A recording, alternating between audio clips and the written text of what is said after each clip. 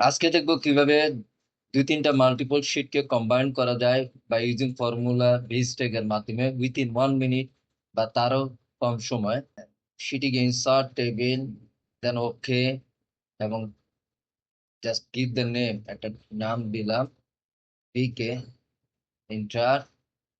তারপর আমি একইভাবে ড্রিঙ্ক সেকশন শিটে গিয়ে insert table, okay, and table design, just give the name drink, ওকে। এখন আমি মাস্টার শিটে যাব, জাস্ট আমার হেডারটার নিচে V stack formula, inter, give V K drinks, and then drinks, hit close, enter.